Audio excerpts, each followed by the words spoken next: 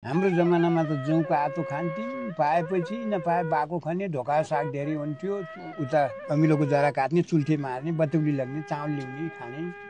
भात खाने भन्ने त भात त सुइना सपनामा आज भात पकाउँछन् भनेर बुरुक उमाल्ने, सबै घरमा भात पकाउँथे, रोटी घाल्थ्यो। हाम्रो घरमा खाजा पाउने हो भने हामी खाजा खाने भने धेरै हस्केत लाग्थ्यो, खाजा पनि पाइने हामीले। घरमा भात पाक्दा धेरै खुसी लाग्थ्यो। धेरै खुसी लाग्थ्यो। अबको घरमा हाम्रो घर त पाकिन भात त हामीले खाजा बुटी खान्थ्यौँ जोको दिन।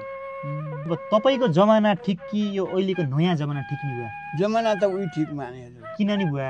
हामीले नराम्रो चिज खाइदिए पनि राम्रो हुने, मसिनो हुने। भनेपछि पहिलाको जमाना ठिक?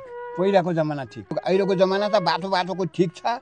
अघिको लाटोको जमानामा त अघिको ठिक थियो। पढाइ भएकोले जम्मै लिएपट्यो के अनपढाइ भरि त जम्मै गइरबेला। अनपढ मान्छेलाई अहिलेको जमाना ठिक छैन। ठिक छैन। अझै पनि हामीले भात खान्न। तपाईँ 84 वर्षको हुनुभयो अझै भात खानु? भात खान्नौँ हामीले, आतो खान्छौँ ढिँडो। किन नि बुवा भात खान मन लाग्दैन? भात खाँदाखेरि त सर यस्तो रहेछ के सर? के रहेछ नि? भात खाँदाखेरि त हामी त बिहान त उठ्नै सक्दैनौँ, राति भोक लाग्छ। आतो खायौँ भने भोक लाग्दैन सर। है? तपाईँ कुनै बेला भात खानु भएको छ कि नै? भात कोही बेला खान्छ सर। के हुँदो रहेछ यो चामलको भात खाँदा? के हुँदो रहेछ? कस्तो अनुभव हुँदो रहेछ?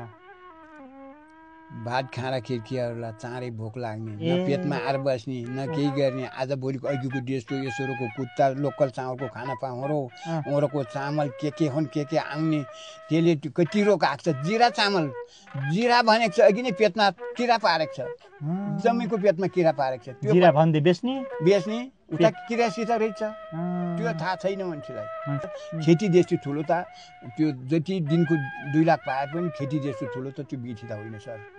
खेती ठुलो है? खेती किसान ठुलो। राजा धीराज महाराज छन् र पनि यही जमिनमा उब्जेको खाएको छन्। मैले त्यति सोच्छु सर। तपाईँको विचारमा? मेरो विचारमा किसान भनेको ठुलो। किसान भनेको ठुलो। त हेर्नुहोस् त आजभोलि किसानलाई हेर्ने दृष्टिकोण कति सानो छ। मान्छेले त्यो किसान भन्छन्, हेप्छन् है। त्यही छोराहरूलाई पालेको जग्गा, त्यहीबाट मकै भाँचेको, त्यहीबाट खोर्सानी नाना भात लिएको त्यो जग्गा छोडे आज भोलि तिनीलाई चामल बा पुग्छ।